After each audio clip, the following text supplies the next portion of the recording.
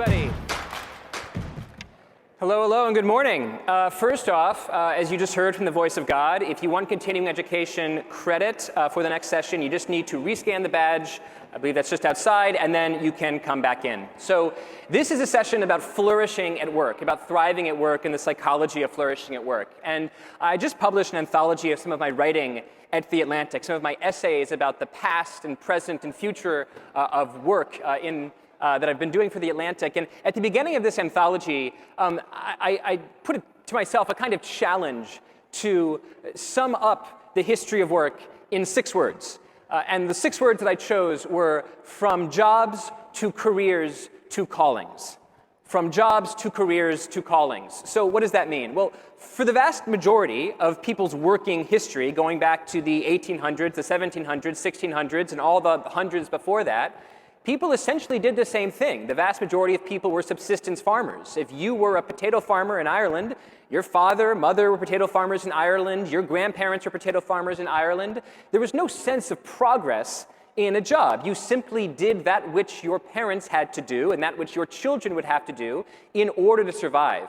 The concept of progress in our work had to be invented in the 19th century. In fact, the word career comes from the French carrière, which refers to a carriage, this idea that you could proceed throughout your life in a kind of carriage so that you would start working in the mailroom and then you would become a middle manager and then maybe an SVP, and you would orient your working life toward this sort of scarce set of acronyms. People thought of their working lives as needing to embody this sense of progress.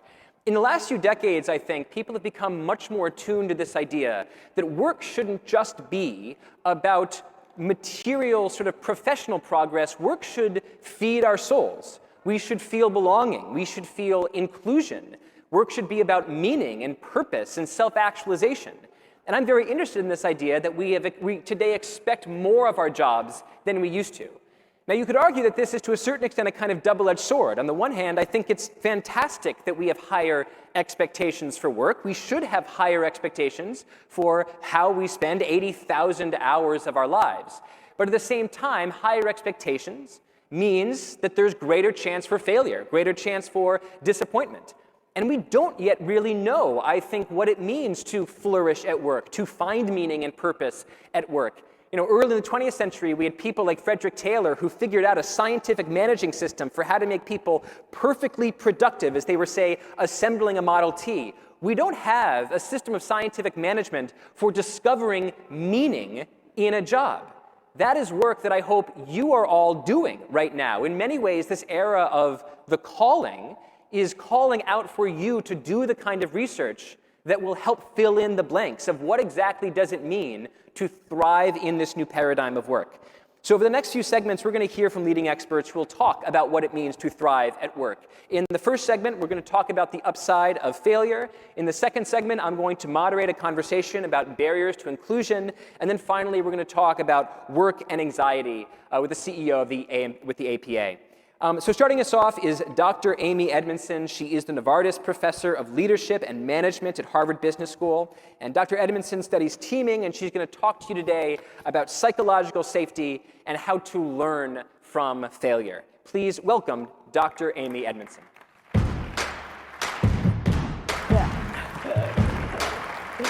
Okay. Good morning. Oh, what is it? No, good. It's still morning. I don't usually bring props, but this literally came in the mail yesterday, so it's a prop. There it is. Okay. Why am I here? Why am I up here? Because 30 years ago, I stumbled into an insight. See, I was part of a larger study at Harvard on medication errors. And here's what I discovered. People don't like to speak up about mistakes. Okay, so that wasn't new. But here's what was. I found that there were profound differences across groups, across patient care teams, in their willingness to speak up about error, right? So that struck me as important. And later, much later, I operationalized this as team psychological safety, thereby drawing on a construct that was already familiar to psychologists. And And so what is psychological safety? Here's my definition. It's a belief that the context, your context, is safe for what I call interpersonal risks. Now, what's an interpersonal risk? Right, that's something you might say or do that might lead other people to reject you, or might not. It might lead other people to think less well of you. I mean, let's face it. Nobody wakes up in the morning and jumps out of bed because they can't wait to look ignorant, incompetent, intrusive, or negative today at work, right? But think about it. Anytime you ask a question, maybe that comes with it a risk of looking incompetent, or admit a mistake, negative, incompetent, and so on and so forth. But it occurred to me that these behaviors, not just for patient care, but for so many realms of life, are mission critical. They're essential to learning. So if people can't take interpersonal risks at work, their teams can't perform well, their teams can't learn, they can't learn. So it matters. Now, please know, I'm not defining this construct as that is easy. Right? It's easy to speak up and ask for help.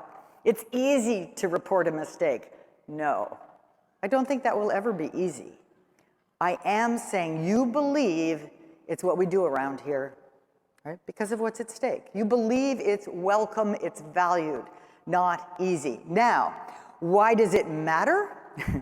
It matters because we live in a VUCA world. That is that acronym, volatile, uncertain, complex, and ambiguous, believe it or not, coined back in 1987 by the US Army War College. When you live in a VUCA world, and you do, that puts a premium on learning. And much of that learning has to come from experimenting. And many experiments end in failure. And make no mistake, nobody likes failure, right? That's just a given. But I have learned that we can, in fact, embrace failure for its value, right? For its learning potential. We can even start to feel good about the discoveries that failure brings. But I found that this isn't the default. Okay, let me tell you a story.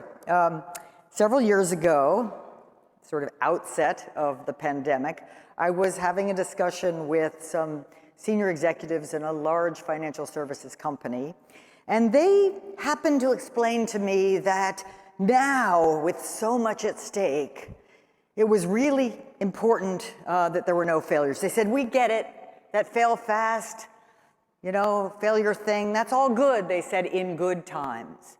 But in challenging times, it really mattered that everything go well. Failure was temporarily off limits. Okay, it's tempting in turbulent times to double down on your demands for excellence, right? Here's the problem. It's wishful thinking, right? It reflects a basic misunderstanding of the nature of today's reality, right? So first of all, in challenging times, in uncertain challenging times, innovation matters more than ever to get us out of this mess, right? And maybe even more importantly, in challenging and uncertain times, failures are more likely than ever. So, what should you expect when you declare failure off limits? You should expect to be kept in the dark, right? So what these executives and the rest of us need to know is that yes, there are failures that you should and can work hard to avoid. And you won't get them all, but doesn't mean we shouldn't try. And there are failures that are genuinely useful, like the right kind of wrong, if you will. They're the ones you actually want, actually need to succeed in uncertain territory. So you will have been effective in reducing the very psychological safety that your organization or your team or your clients most need right now. So I call that kind of failure, the good kind, intelligent failure. And it's basically an experiment that didn't produce the hoped-for results. It's on the path to success, but it's not a success. Here are 4 criteria to distinguish an intelligent failure, right kind of wrong, from the rest. Number 1, it's in new territory. Maybe no one's been there before, but certainly you haven't been there before. There's no way to know for sure how to get the results you really want without trying. Second, it's in pursuit of a goal. Third, it's informed by reason, by prior knowledge. You've done your homework. You're not just guessing or randomly experimenting. And number four, it's as small as possible, right? Just big enough to learn, no bigger. That's an intelligent failure. So Edison had it right. The story is that at one point, a lab assistant came to the famous inventor and said, boy, with empathy, these failures must be so hard for you. He looked at the assistant and said, I haven't failed. I've just found 10,000 ways that didn't work. Right? So Edison understood the right kind of wrong. All scientists understand the right kind of wrong. All inventors do this for a living. But the rest of us have to do it too, right? We have to do it too if we want to do things like learn a new sport or raise children or open a new practice or, frankly, pursue a career at all. We must learn to welcome the intelligent failures on the path. Unless you're doing something that is on a well-worn path for which recipes are readily available, you will have failures, and preferably the intelligent kind. Now, let's consider the less intelligent kinds. I identify two other kinds. The first other kind is what I call a basic failure. Now, a basic failure is produced by human error in familiar territory. And indeed, many of these can be prevented through training, through teamwork, even through failure-proofing techniques like checklists when used well. Let me give you an example of a basic failure where a checklist, in fact, wasn't used well. This is thankfully long ago, but not far away. Air Florida Flight 90, January 13th, 1982, ended in a devastating crash in the Potomac River, right over here. And this was tragic and a large failure that led to the loss of 87 lives, but it was basic. A single human error led to that failure. Now, let's look at the transcript from the cockpit recordings of the checklist activity right before takeoff. Can you spot the error? You probably have seen it already. And this was January. This was a freezing cold morning. It was quite icy out there. Even the Potomac was partly frozen. That used to happen back then. And if you are thinking anti-ice off, you are right. You have spotted the error, the single human error that led to this devastating basic failure. Checklists work when you use them mindfully, of course. So this was a crew, Air Florida, right, that was used to a pretty rote response to the question anti-ice, right? What's anti-ice? Off, okay. Now, here's all three kinds. So there's basic failures. Single error leads to a failure. Some are very, very small. Some are very large, as we've just seen. And then intelligent failures in laboratories and elsewhere. But in the middle are what I call complex failures. These are multi-causal. These are when a handful of factors line up in just the wrong way and cause a failure. Any one of those factors by themselves would not have produced the problematic outcome. Right? So these are on the rise. Often, by the way, a setting I've studied a lot, when things go wrong in hospitals, it's due to complex failures. Just what's often called the Swiss cheese model, where the holes line up and a tunnel is made and things go through. I could talk all day about complex failures, but I won't. Important thing to know, I believe, is that they're on the rise. The future of work, the future of our lives will be riddled with failures of all kinds, but I believe we can increase the frequency of intelligent failures and do our very best to minimize the other two. And that is why psychological safety plays such a crucial role, because without speaking up, about small things, you are at risk of larger consequential and preventable failures. Many a complex failure could have been prevented had someone spoken up earlier in the process. So if psychological safety is so very important, and I think it is, how do you build it? You know, in a clinical relationship, in a family, in a team at work, in a company. I've identified 3 things, and they're pretty simple. Essentially one, by the way, simple doesn't mean easy, I'm sorry to say. One of them is to set the rationale. Like, why is it really important and even sensible that your voice might be needed? And that I call framing the work. As a leader, as a team member, as anybody, frankly, call attention, as a therapist, right? Call attention to the challenges that lie ahead. Why they're non-trivial, why there's uncertainty, why there's interdependence, why there's novelty that require learning, mutual learning. So that means we gotta speak up even though we know it's hard. Number 2, the invitation, right?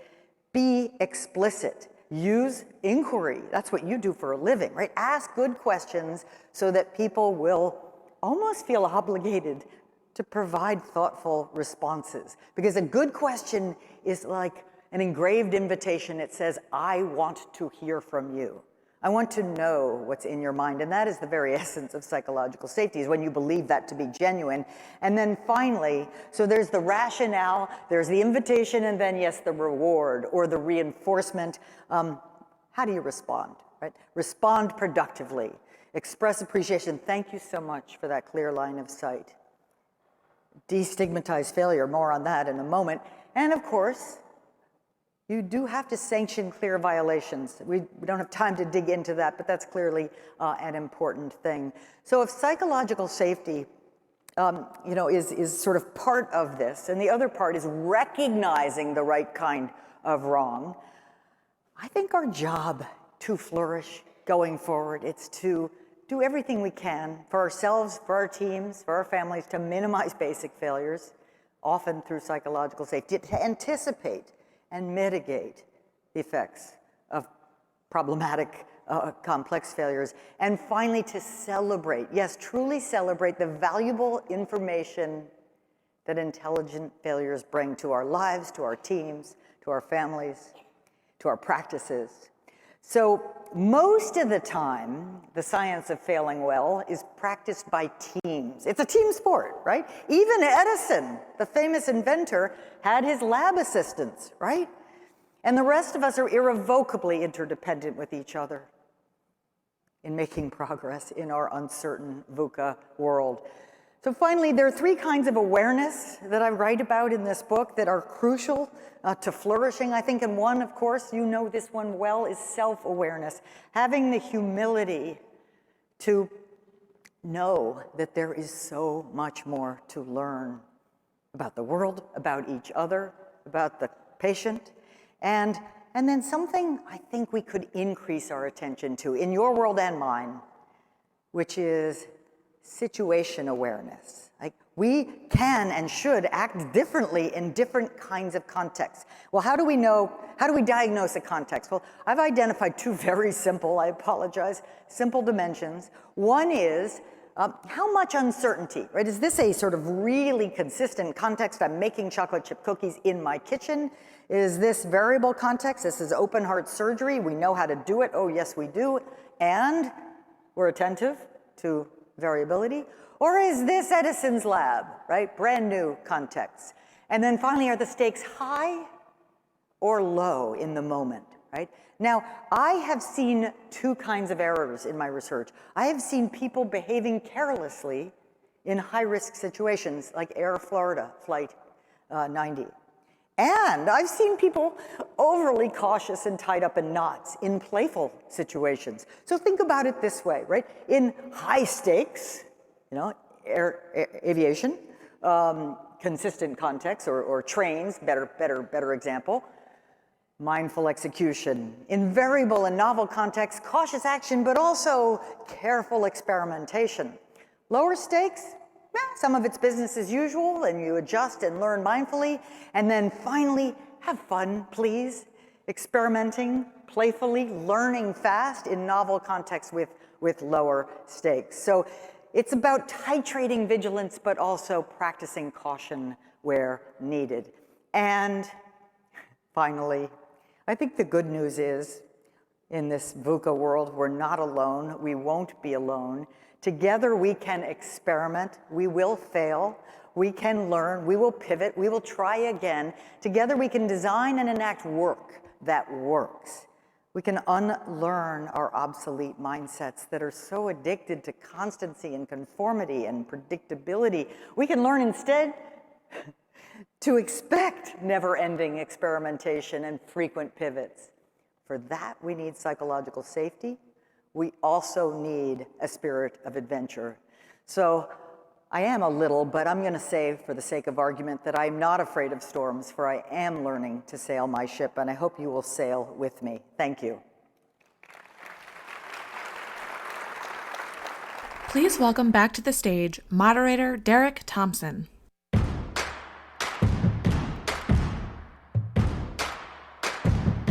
Hello again, everybody. Dr. Edmondson, thank you very, very much. In our next panel, Dr. Vivian A. Wu and Dr. Courtney Bryant-Shelby are going to help us think about diversity, inclusion, and authenticity at work. Dr. Wu is lead people analyst at Culture Amp. She researches DEI and employee engagement and performance.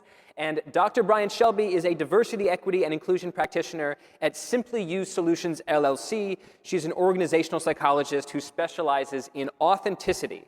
Please welcome Dr. Wu and Dr. Bryant-Shelby.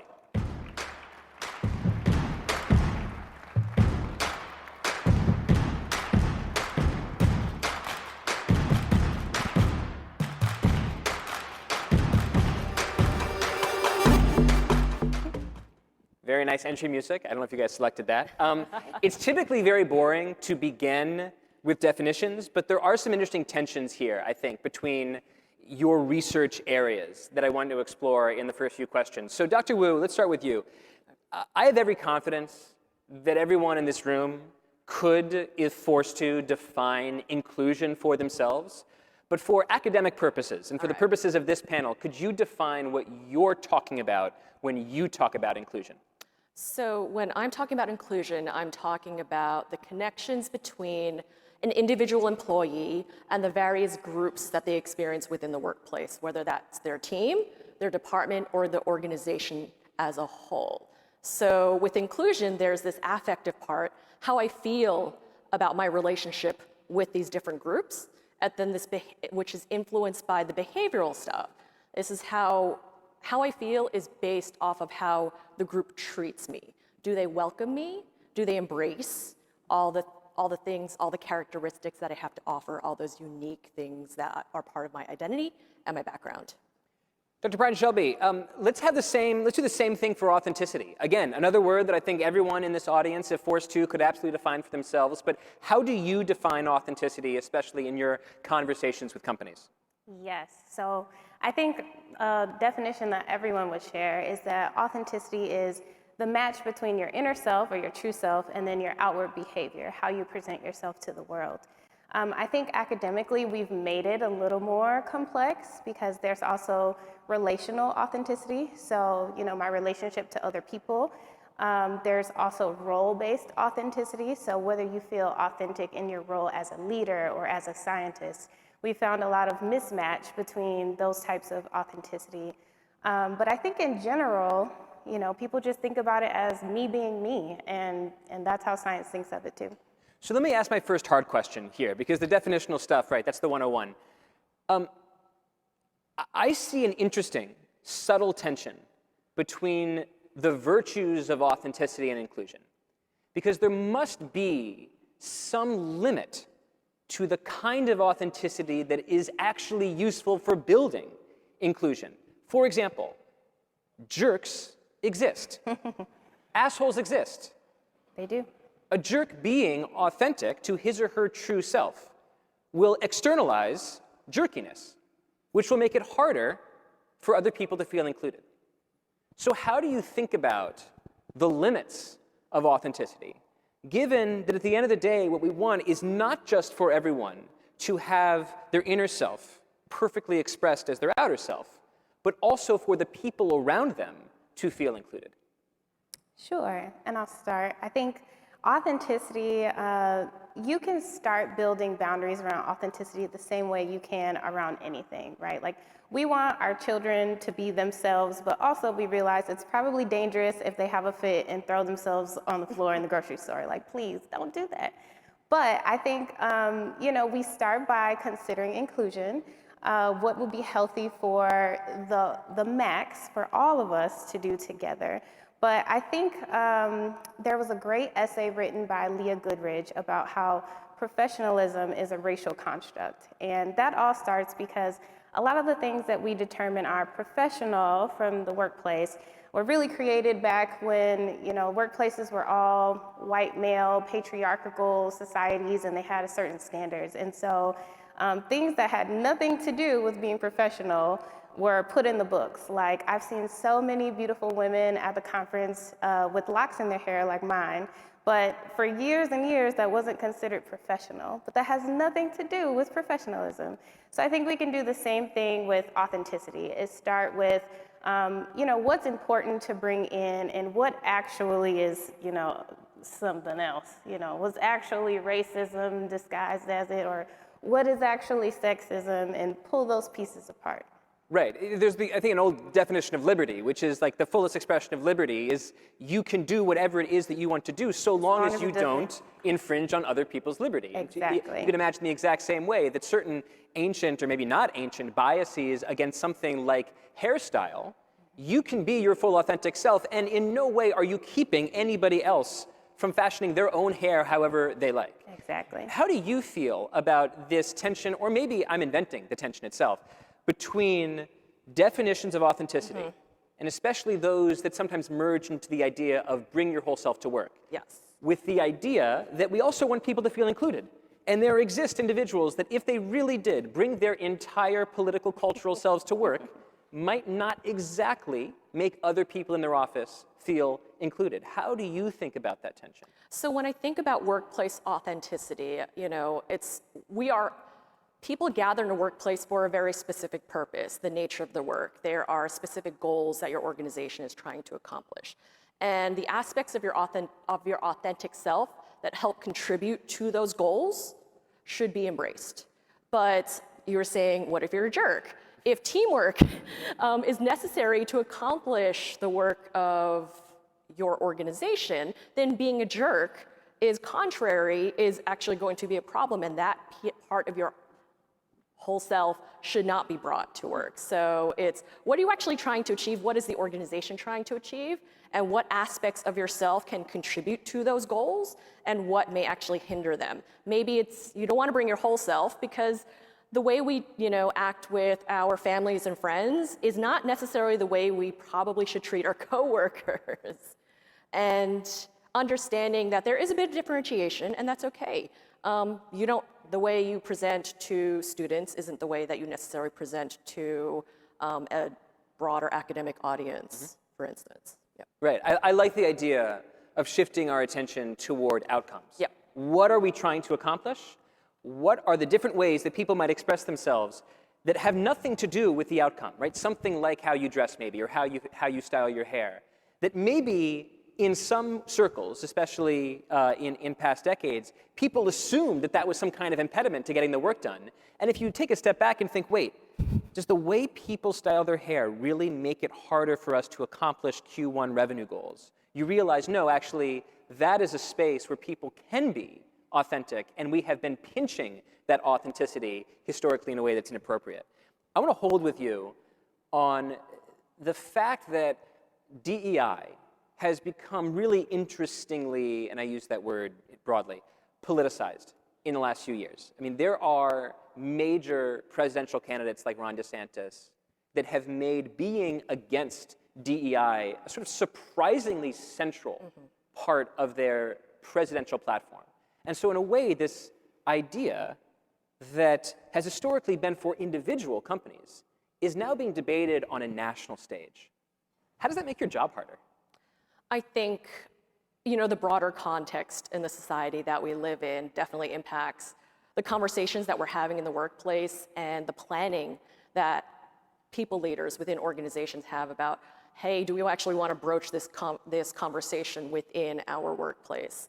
And I've seen back in, starting in 2020, that Black Lives Matters and just after the death of George Floyd, there were a lot of organizations that were sparking, having anti-racist statements and having these conversations within within their workforce and measuring and trying to take action. So there is an influence, but the leaders of the organization can craft how much they want to broach that topic, or they don't want to broach it at all. That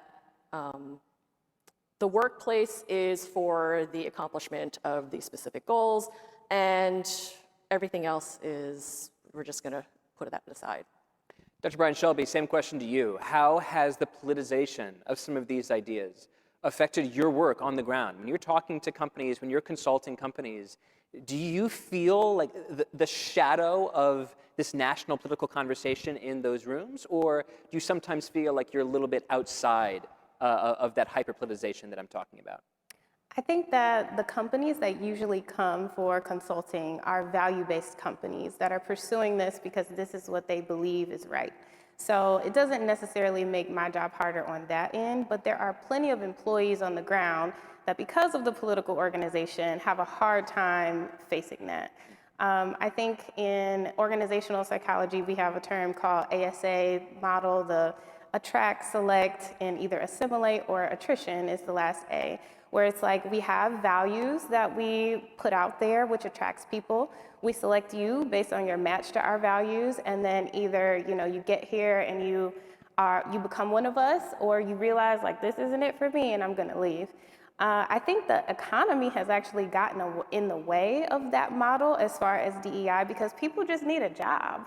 Like I will work at a company that doesn't necessarily match my values because I need the check. And so it does make it so that those people who have the loudest voices, they're not leaving. They're making it a little difficult to do some of the groundwork. But I think companies who are value-driven and know that this is important for them are going to pursue it anyway. When you're working with a company and you're working with them on these kind of issues, authenticity and DEI, what are the typical bottlenecks, barriers that you're facing when you're trying to, sometimes I suppose if the company is coming to you, as you said, some of these values are already baked in. They're seeking you out because they share your values.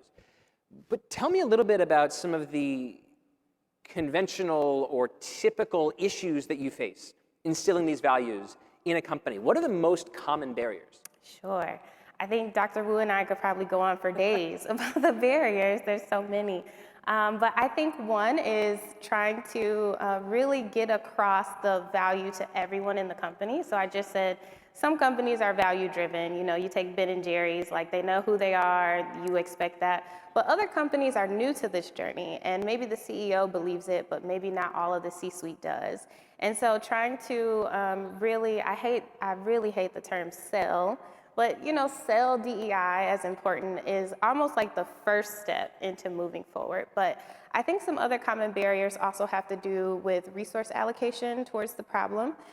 People really don't realize that you are addressing systemic issues, which means systemic change. It's not as easy as giving your employees an employee resource group, which can be the equivalent of giving your employees a pizza party because they did well. And it's kind of like, that doesn't do anything for me. You really have to do those systemic changes, which takes money and it takes time. There are a lot of chief diversity officers that have left their positions for exactly those reasons. If they have unrealistic expectations of objectives from the company, change our whole world in 1 year. And it's like, absolutely not. The company was built in 100 years. It's going to take a whole lot of change in order to do that. And also, if you give me $2, I can't do much with that. I need a little bit more help. I need a full team of experienced professionals, which I also think is a common barrier. If you look at many job postings for DEI positions, the top requirement is a passion for the topic. And you would never see that in IT or in the medical field. Like, you have to have a passion for surgery. Like, that doesn't happen. So we have to be able to hold these high standards that we have for other positions for our DEI practitioners as well. Yeah, passion is ancient Greek for expect very little pay. Yes. I want to go back to sell, and I'm sorry to hit back on the word that you hate. Yeah. But let's say I'm an employee at a company that you're working at. I'm a recalcitrant employee. And I say, I think DEI is just, it's window dressing, you know? How do you sell me? Do you have a sale for people who are at the margins, holdouts? Sure. I mean, I can start with the basics, which is we usually refer to the McKinsey 2018 study. They've had studies ever since then, but they show that companies that have more diversity at the top, especially in the C-suite, they have better profits, they have better creativity. Pretty much all the research on diversity shows that if you have diverse teams, you have innovative solutions and innovative creativity. You can give people the monetary value. And I think that that's what sells people. But my issue is more so that it takes more than a business case to do this kind of work. It takes some true investment and belief in equity and equality. So it's a little bit values-based as well. And I think that's what gets people tripped up sometimes, is that they don't anticipate that we need a little bit more from you. You know, it's not just this issue that HR is going to do. We require you to actually treat your employees differently, and that takes changing the way that you work. Dr. Wu, if there's something that she said that you want to respond to, you can respond to it. I have a question I'm very excited about asking you in just a second, but I can't hold off just a bit because we went a bit long there. All right, so I think that you don't have to sell everybody in your organization on DEI. I think you have to sell at least to your leaders, because in an organization, what potentially individual contributors think about an initiative doesn't necessarily matter in the big picture, because there are a lot of things not related to DEI that employees disagree with that happen in organizations, but they're told by the leaders that this is what needs to be done, this is a business imperative, and you're going to do it. If you don't like it, maybe you should find another job, but this is part of your role and the expectation of your job within the organization. So having convincing leaders, I think, is where we need to make the effort. Not necessarily all the leaders, because in working with companies over time, not all leaders agree on everything, and they don't necessarily have to, but getting a majority of them on board in this space is incredibly important to have the stakeholder, to have the buy-in to support these broader initiatives. We've been talking about what I sometimes in my work call deployment. Not the invention of an idea or a technology, but how you take something that is known and apply it at a company, at a corporation, in the C-suite. I want to go upstream and talk about invention, new scientific ideas, new research. What in this space don't we know that we need to know? What to you, Dr. Wu, is the most important unanswered question in this little zip code that we're talking in? So we use the term DEI as this really broad umbrella construct. However, in some initial research that we did at my company, Culture Amp, we saw that what feeds into diversity, equity, and inclusion are actually different. And really understanding the nature of how those constructs are both interrelated, but also distinct from each other. The research isn't there. I remember looking specifically and like, where's the actual model of diversity, equity, and inclusion, and how do they interrelate? What are the outcomes and antecedents of all three? And it just doesn't exist. So breaking out DEI into the separate constructs is probably the first place that we should start to really understand, what are we talking about? Do you have an answer to the question? Is there an unanswered question in this field where you think, man, I really want the APA to have some just absolutely smashing, like birth of quantum physics style breakthrough on this question? Is that hanging in the balance for you?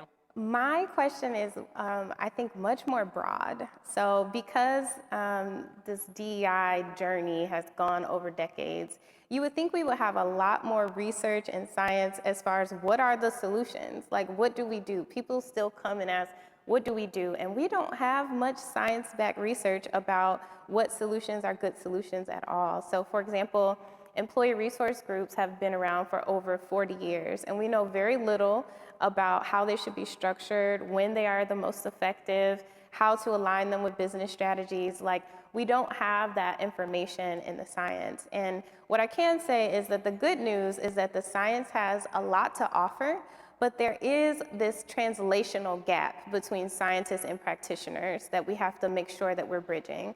I think that there is a lot of translational publications that really help practitioners that scientists are not necessarily rewarded for publishing in. So it creates a paywall gap of, publishing in the scientific journals that practitioners never see. So I think that there's some hope in getting some answers, but we gotta build that bridge.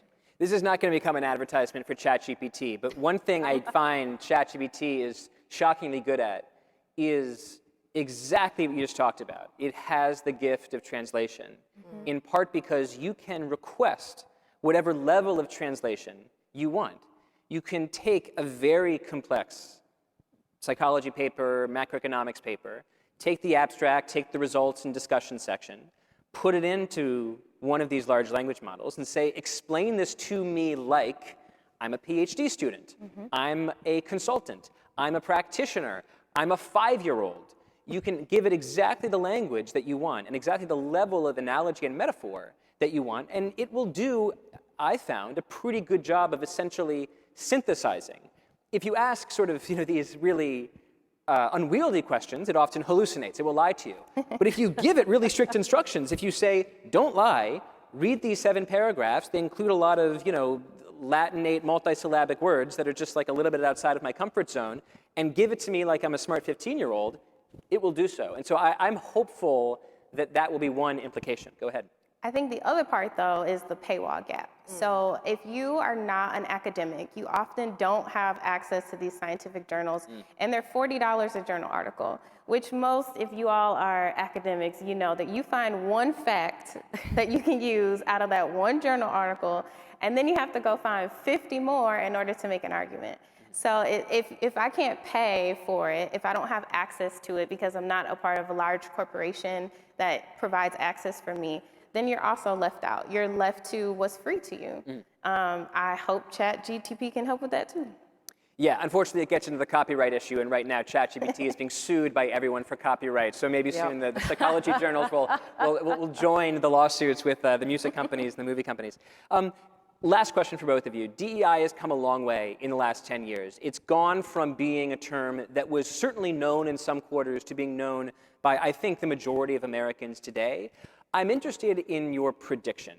Is there an idea in this space that currently lives a little bit in the esoteric corners of research or practice that you think will be, for lack of a better term, the DEI of the 2030s?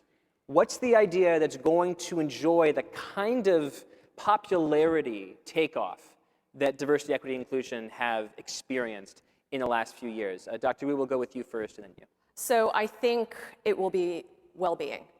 Well-being, since the pandemic and the stressors, the broader stressors that we experienced that impacted how we, showed up at work, and just the demands. I think the way the organizational contract has evolved over the past few decades. We're always on. We have our phones. Work can always contact us, probably 24/7. Not that that's healthy.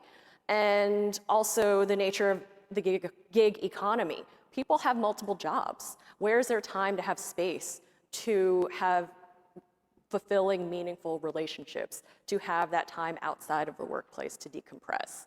I do think that with the economic pressures, we need to make money, but then we also need to have some to keep ourselves healthy and happy as well. So yeah, I think well-being is where we're going to be going in the near future. I find that very persuasive. I do think that there might be some analogy between the dawn of the smartphone social media era and the dawn of the fast food, junk food era. That at first it was just, of course you would have all the chips and all the McDonald's you could possibly eat. It was there. It was cheap, it was convenient, it tastes damn good. you can say all those same things about information on our phones, but we're learning more every single day that this information diet is terrible for us. And yet I think even educated Americans don't have the same relationship with their information diet that they are starting to have with their literal diet. Go ahead, what do you think is the most exciting idea in the next decade? I think it's almost a brainchild of well-being and authenticity, which I think is wholeness. I think people are going to put more emphasis on life outside of work and what does that look like as a whole. Surprisingly, there are current issues that I think will come to the forefront, like maternity leave and paternity leave, as we debate about healthcare and we look at other countries and see what their maternity leave policies are. Your family life is something that's outside of your job, but something that I think employers are going to have to start caring for if they want employees. So I think it's a combination of a whole self, right? A whole self and well-being. Dr. Shelby Bryant, Dr. Wu, thank you so much. That was really interesting. I appreciate it. Thank you so Thank much. you.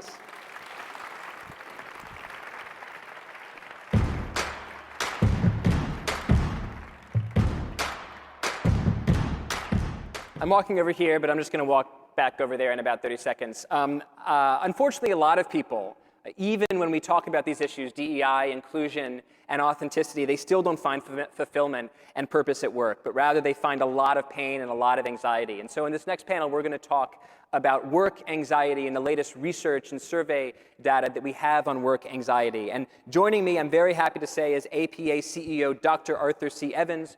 We're going to discuss the results of APA's recently released 2023 Work in America survey. We'll talk about what many leading organizations around the country are doing to create environments that engage employees in work while also enhancing their psychological health. So join me, please, in welcoming APA CEO Dr. Arthur C. Evans.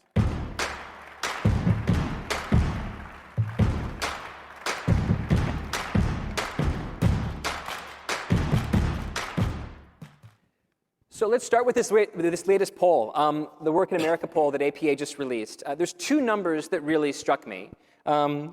Actually, one number, because it's the same number, just for two different statistics. The first is work-related stress levels are at extremely high levels right now. 77% of Americans say they have extremely high work-related stress. I guess my first question for you is, does that number surprise you? And do you have a sense of how it compares not only with your own expectations, but also with the past? Yeah. Well, it doesn't surprise me because if you look at what's happened post-pandemic, there is a mental health crisis in this country. And all of the surveys are showing that we have elevated levels of stress, elevated levels of symptoms of anxiety and depression. We have a mental health crisis with our children. So I think this is just a part of an overall picture of very serious mental health challenges that we're having. The second number is also 77%. And this one, I'll say, really surprised me. 77% of workers say they feel satisfied with the mental health support they're getting from their employers. So I find this, it's an amazing sort of parallel picture. 7 in 9 workers say their work stress is extremely high, and the exact same ratio, down to the digit, say they're satisfied with their mental health support. What strikes you there? Well, I'm actually not surprised by that number as well, because one of the things that we've noticed is that employers are paying much more attention to mental health issues. When I came into the field, it just wasn't an issue that you talked about. Today, especially coming out of the pandemic, you see lots of CEOs, Fortune 500 companies, associations, all kinds of nonprofit organizations. They understand that their workforce has gone through something pretty significant, that they're seeing it in their workforce, and that they're paying more attention to it. The fact that so many people say that they're satisfied, I think is a different issue, but the fact that I think what people are saying is that they believe that their organizations are providing the kind of support that they need.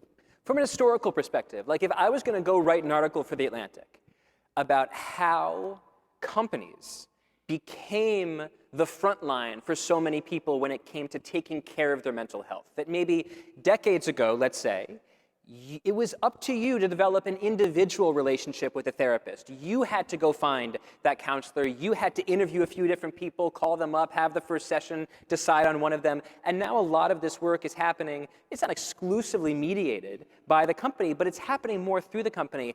How would you begin to tell that story? Where did this trend come from? Well, employers have always been on the front line. Now, whether they accepted that responsibility or not is a different story. But, most of us, if we're not getting our care through the public system, that is, we're totally uninsured or we are underinsured, we're getting it from our employer. And so employers have always had a role and responsibility. I think what's different now is that employers are understanding that they just can't be a payer of the mental health services that people are getting. What they're understanding is that they not only have to do that, but they also have to create an environment that is supportive of their employees' mental health.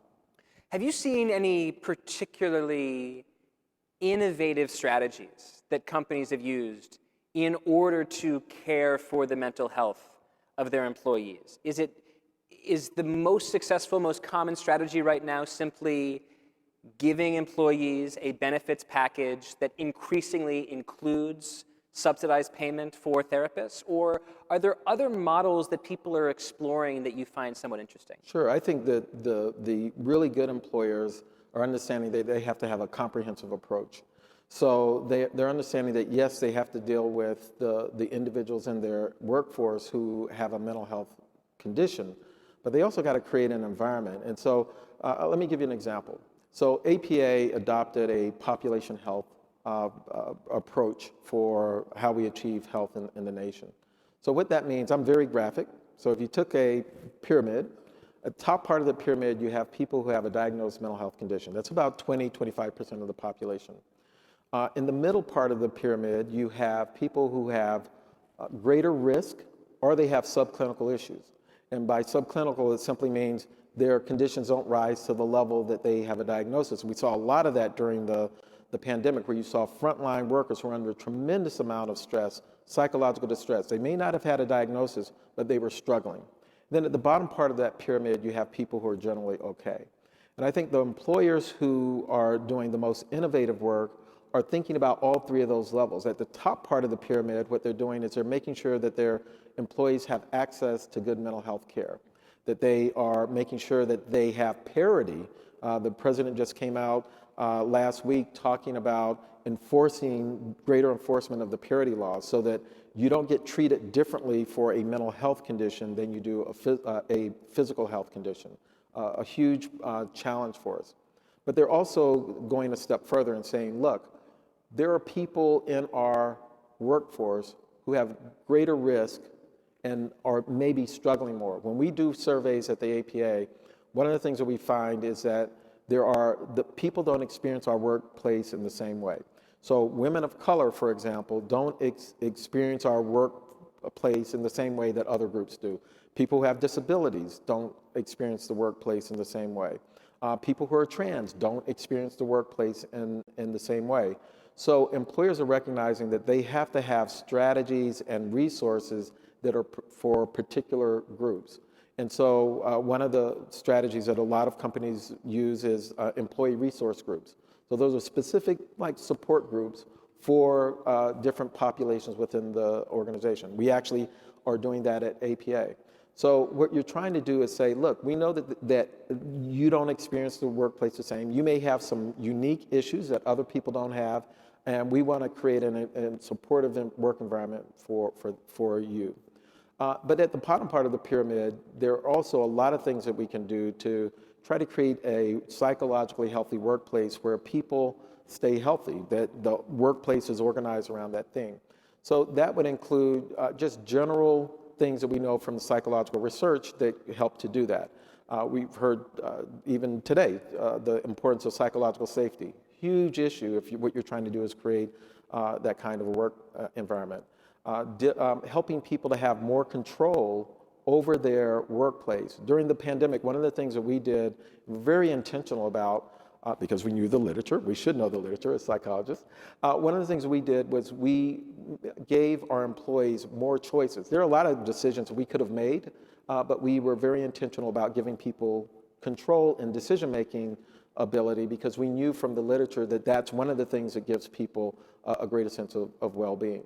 So it's those kind of broad kinds of principles that we know are important in creating that kind of environment. And I think the companies that are doing the most innovative work, they have that whole pyramid covered, and they're making sure that their whole workforce is as psychologically well as possible. Yeah, it's a really interesting answer, like moving from a sort of like monolithic approach, everyone fits into one category, to seeing individuals and then bucketing them by the tiers of the pyramid. That's an interesting approach. I want to talk about today's mental health crisis among teenagers.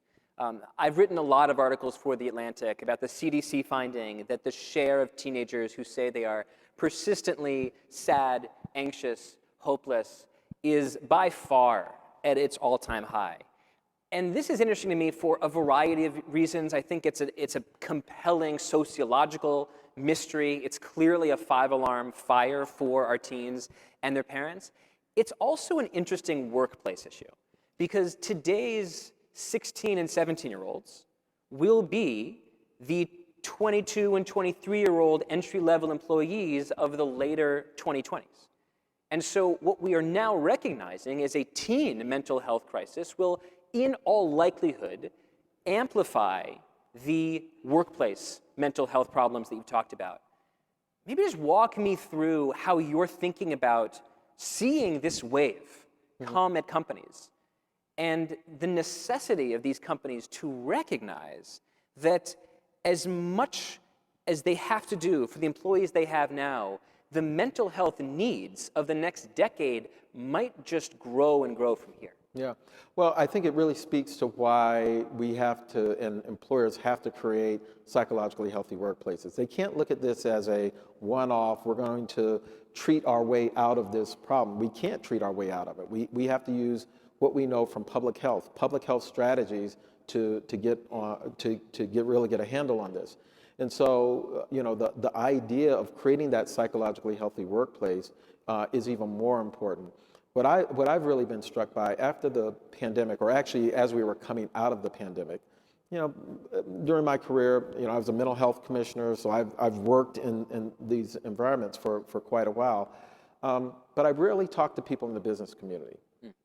And I think that was because people in the business community didn't pay attention to this. What I was struck by as we were coming out of the pandemic is how many CEOs, how many Fortune 500 companies. I got invited to speak at all kinds of organizations that were focused on the business community, because they're seeing these issues. And so I think that there's a greater awareness. I think that employers are embracing the idea that they have to take on this issue. We know from the research that companies that create psychologically healthy workplaces have lower absenteeism, they have better retention of their employees, they have better productivity, and they have a better bottom line. When we did our psychologically healthy workplace program pre-pandemic, we gave awards to companies like Marriott, for example, who really demonstrated that they were doing this. Those companies actually do better. And so I think what we're going to see from a profitability standpoint, so I think what we're going to see increasingly is that people are going to see this as not just a good thing to do for their employees, but essential for their profitability. I'm really interested in this emerging leadership paradigm that you're describing, whereas previously, maybe even just 4 years ago, it was not as common for the CEO or CMO, CTO of a Fortune 500 company to have employee well-being, employee mental health top of mind. And now it's fairly common. Right. Do you think the cause of that shift is exclusively that the mental health crisis among employees just got so bad that the problem suddenly became impossible to ignore? Or was it also the case that leadership got religion on a problem that had pre-existed the pandemic, and that there was some kind of change that maybe you're nodding, so you will describe that made them more acute to the suffering that had already existed? Yeah, no, I think you're exactly right. I mean, we actually saw this pre-pandemic. We saw people becoming much more aware, and I think it's a lot of things that are related, that are causing that. First of all, people with lived experience, people who have mental health conditions, are much more likely now to talk publicly about their experience. I think that goes a long way in normalizing these issues, reducing stigma around these issues. You saw a lot of people, quite famous people, who were willing to talk about it. And so you've seen this trend, and when we look at our APA data, the other thing that we see is that the younger you are, the more likely you are to reach out for help. So I think that there's this sort of trend in our culture where mental health issues are being much more normalized, and that people are recognizing that they play a role in helping to address those issues. Let's make it really concrete. Let's say there's a business in DC, 100 full-time employees, the boss is a former psych major, she's really, really interested in the latest breaking research about well-being and employee mental health. She really wants to utilize the latest psychological science to create the best possible workplace for her workers. She reaches out to the APA and she says, what's the first thing that I should do to reduce burnout? That's what I'm interested in right now. I want to reduce burnout. What's your answer? Well, the first thing is to understand the work environment and the workload that you're giving to your employees. So, we've been talking about sort of the one side of a two-sided coin. So there is one side that has to do with how do we create an environment and address the issues of the worker. But you also have to address the issues of the workplace. And part of the issues around the workplace is that you want to have an environment where you're not overloading your employees. One of the things we do at the APA is that we survey our employees quite a bit. And so we have a pretty good sense of, are people experiencing lots of stress? We have a sense of, are people appreciating the decisions that we're making, or they're rejecting the decisions that we're making? And so the first thing that I would say to an employer is that you have to communicate, you have to have a handle on what's happening in the workplace. You have to create systems that alleviate the burden. One of the things that we do, for example, we've been very intentional about, is looking at how we use technology and automation to help people do the work. We've also been looking at processes, using process improvement strategies. Using project management actually is another really important strategy, because the work that we do today, way more complex than we may have been doing 10, 15 years ago, because we're taking on really complex issues that require people from across the organization. People can't work in their silos to get this work done. Well, working in teams not only helps in terms of dealing with these complex issues, but it also provides the kind of support that people need to make the work more doable. So I think it's, I would really start with, what kind of work environment do you have? How do you know how your workplace is doing? And what are you doing to make sure that your employees can do the work efficiently and in a way that they enjoy? The theme of this conference is belonging, and I think about belonging a lot in the context of remote and hybrid work. DC is actually statistically the city with the highest share of workers who work in a hybrid or remote manner, which is incredibly interesting. It's still not necessarily a majority, and it's important to always say that up front whenever you talk about hybrid remote work. Some people pretend like it's a universal experience. It's not even close. But I'm interested in how all this stuff that you're talking about connects with this idea of belonging to that which is becoming a more frequent model in corporate America, which is this hybrid structure. How do you build, or maybe the better question is, what are the new challenges of building a sense of belonging in a hybrid work company? Because I know some companies, and I'm not going to name names, that essentially are fully remote. The companies rarely meet in the physical world. And they basically engage and talk to each other on GChat or Slack or some other telecom technology. And what I've said sometimes is a kind of joke, but is kind of a not joke too, is you don't actually work at a company. You work at a group chat that has a P&L statement. Right. Like phenomenologically, there is no company. Right. There's just a screen that you get text from, and that is your place of work on which you rely on for a W-2. So I wonder sometimes about this sort of emerging challenge of belonging in organizations that are more virtual. Yeah. Well, I would push back a little bit on the idea that it's not a company. I think it's still a company. The physical environment that we have for companies is not the company, right? It's the people, it's the relationships, it's the work that we do. So, but I get your point. Right. I think we're in a big experiment, and I was being real straight about it. We have at APA, we're still pretty much virtual. What my philosophy about this is that we want to give our employees maximum flexibility. And maximum flexibility is you can work from home or you can work from the office. What happens is people decide they want to work from home, overwhelmingly, like 90% of the people. Most people only want to come in the office if they have a meeting that they can only do face-to-face, a retreat or that kind of thing. So our staff have spoken. We're in the Washington, D.C. area, not surprised at that number, because if you live in Washington, D.C., you know what the commutes are like. And so people are like, they'd much rather work from home. So, as I mentioned earlier, because we survey our staff so much, overwhelmingly our staff love having the ability to work remotely. But I'm also clear that we don't know what we don't know. And we are, we're in uncharted territory. Right now, I can say today, I think that our staff, I know that our staff overwhelmingly support remote work. Our productivity is higher than it was before the pandemic. So as a CEO, I'm like, this works for me, it works for you. It's a win-win. But what I don't know is what are the long-term implications of that. Now, we're doing a lot of things to try to address that. I think that, and this is based on intuition, I don't know if there's any research that supports this. I do think that having a sense of purpose around the work makes a big difference.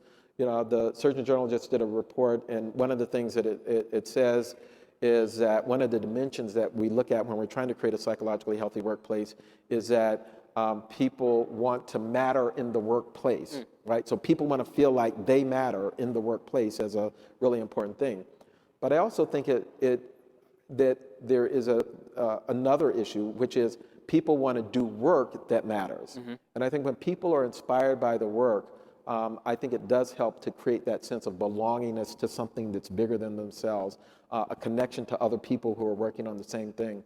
Whenever I write a memo to the staff, I always end it by saying, stay inspired. And I say that because in the first few weeks that I was at APA, one of the things that I noted was that there were a lot of people who were really dedicated to the organization. They weren't psychologists, they were accountants, or they were IT people. And what they talked about is that they appreciated the stands that we take on issues, they appreciated the work that we were trying to do to make people's lives better, and that's why they were working at APA.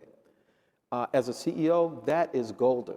If people want to work for your organization because they believe in the mission and that they want to contribute to that, it is enormously important. And so I think, my intuition and one of the things I'm relying on is to really over-index on helping people to make that connection.